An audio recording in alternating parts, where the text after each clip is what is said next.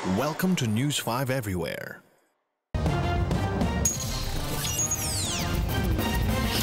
Limang araw na mula ng yanigi na pagsabog ang isang condo building sa Taguig kung saan 3 ang namatay at 5 sugatan. Isa raw sa mga palaisipan doon ay kung paano nangyari na tumilapo ng buo at hindi pira-piraso ang pader ng sumabog na unit. Para sa update, may report si Mon Gualvez live mula sa Taguig. Mon? Erwin, ongoing ang ginagawang closed-door meeting ng iba't ibang ahensya ng gobyerno sa pangunguna ng Interior Secretary Mar Rojas. Kaugnay pa rin ito sa investigasyon na nangyaring pagsabog dito sa may 2 Surrender Condominium sa Taguig noong Biyernes. Pasado alas 2 ng hapon nang dumating dito mga kinatawan ng PNP, BFP, DOST, NBI at DPWH. Present din ang Makati Development Corporation at Ayala Land Incorporated na siyang developer ng kondo. Habang nasa meeting sila, patuloy naman ang pagsisiyasat sa loob ng sumabog na unit. Isa sa pinagtataka rito ay kung paano nangyari na lumipad ang halos kabuuan ng pader ng sumabog na Unit 501B.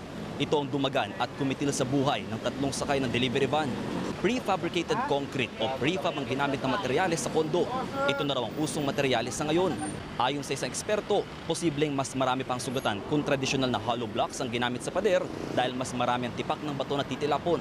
Dagdag pa nito, kahit isang unit lang ang nasira, kailangan pa rin siguruhin ang integridad ng buong gusali bago ito muling ipagamit. Kailangan din daw i-review kung mas mabuting tanggalin ang centralized gas line at hayaan na lang gumamit ng individual na LPG tank ang mga unit owner. Narito ang pahayag ng nakausap nating isang arkitekto. If it was conventional, that place would have incurred more casualties because the whole wall will shatter. And then, blow out and, go to different places. Unlike what happened, it was just one section. Erwin, hanggang sa ngayon hindi pa rin tapos ang ginagawang meeting at hindi pa rin lumalabas si Secretary Mar Rojas na siyang tanging pwede lamang magsalita tungkol sa takbo ng investigasyon. Dalawa kasi ang pakay nitong ginagawang meeting. Una, tanungin o imbestigahan ng mga otoridad ang mga kinatawan ng Makati Development Corporation at ng Ayala Land Incorporated tungkol sa kanilang gusali. At pangalawa naman, para mag-report ang iba't ibang ahensya ng gobyerno tungkol sa kanilang sariling investigasyon. Noon na nang sinabi ni Mar Rojas, Erwin, na sa Biyernes ay inaasahan na makapaglabas sila ng mas konkretong resulta ng kanilang investigasyon kaugnay nga sa nangyaring pagsabog. Erwin? Mon, ang tanong natin, so 3 days matapos sa pagsabog, wala pa rin konkreto at malinaw na dahilan kung ano talaga ang cost niyan. May nagsasabing gas leak pero hindi talaga maibigay. Bakit daw? Bakit parang napakatagal nito?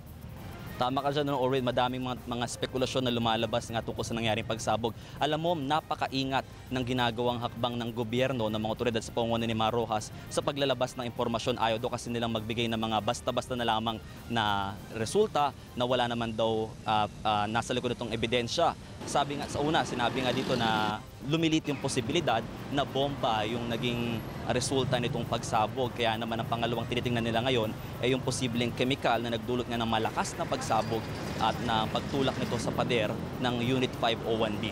Sa ngayon, wala pa talagang konkretong resulta ng investigasyon, Erwin. Nagtataka rin ang ilang kababayan natin, Mon, kung bakit ganun na lamang ang ikangay atensyon na ibinibigay ng pamahalaan dyan. Ang tanong ng ilan, as a matter of fact, noong Lunes o the day after ng explosion, tanong nila kung nangyari kaya yan sa Bitas Tondo, sa isang public housing, o nangyari yan sa isang building sa Payatas. Ganun din ba kaya ang atensyon ay ibibigay ng gobyerno?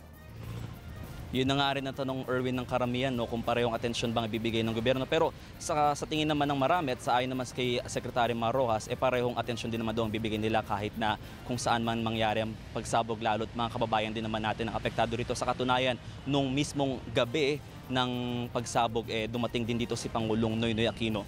Erwin. Sana nga, Mon, dapat pagtuunan ng pansin. Mahal ang building, milyon-milyong piso ang halaga niyan, o 100,000 o 100 pesos, pagtuunan din ng pansin ng pamahalaan. Anyway, maraming salamat sa iyo, Mon Gualvez, live mula sa Taguig. Be sure to come back. News 5 Everywhere. Copyright 2013.